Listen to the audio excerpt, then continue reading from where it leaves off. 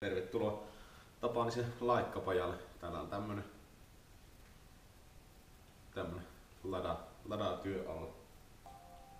Siihen on tehty vähän kaikenlaista. Pilareista about tuon verran pois. Pohja on korotettu. Vetaarit kavennettu. Perää kavennettu. Sähköt pitäisi tehdä. Auton omat sähköt. Atekun johtosarja liittää. Sitten kaikki bensahimmelit. Ohjauksen systeemit. Tällä hetkellä on rajoittanut vaan hitsattu yhteen, puuttuu kaikki säädöt.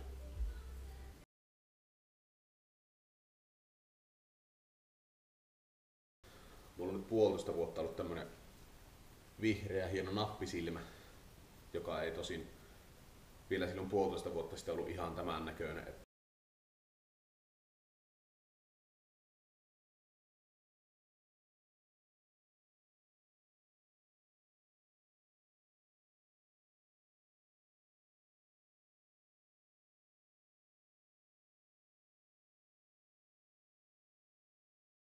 Kaksi kuukautta siitä kun ostin, niin oli tuolla Backwoods Cruisingissa ekan kerran missään näytillä auto ikinä.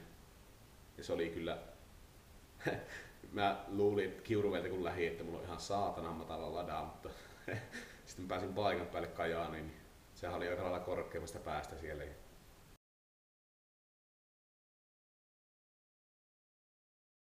Sitten mä sitä madaltin vähän lisää siinä kesällä ja silloinhan mulla oli 1600 kone siinä, mä sen viime keväänä laittoin sen ja ajelin sitten viime syksyyn asti sitä 8 venttiä sillä koneella.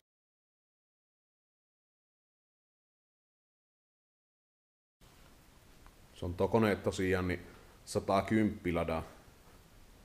Tuo etuvetoinen ruoska tuolla. Siitä otettu 1,5 litrainen 16 venttiilinen kone. Siinä on itse tehty pakosarja. Tällä tulipelti muutos hässäkällä, että se menee nyt pakosarja tuosta vaihdelaatikon vierestä, eikä enää pohjasta, niin se ei ole niin matala siitä kohin.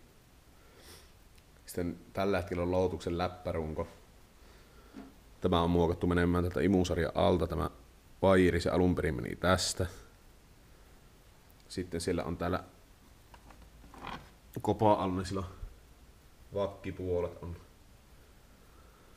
Ateku V3 moottoriohjaimena ja sitten on uusi 5-vaihteinen vaihdelaatikko suoraan Venäjältä ja uusi startti ja uusi laturi ja uusi lukkoperä ja uusi kardaani, että periaatteessa pitäisi olla aika jees.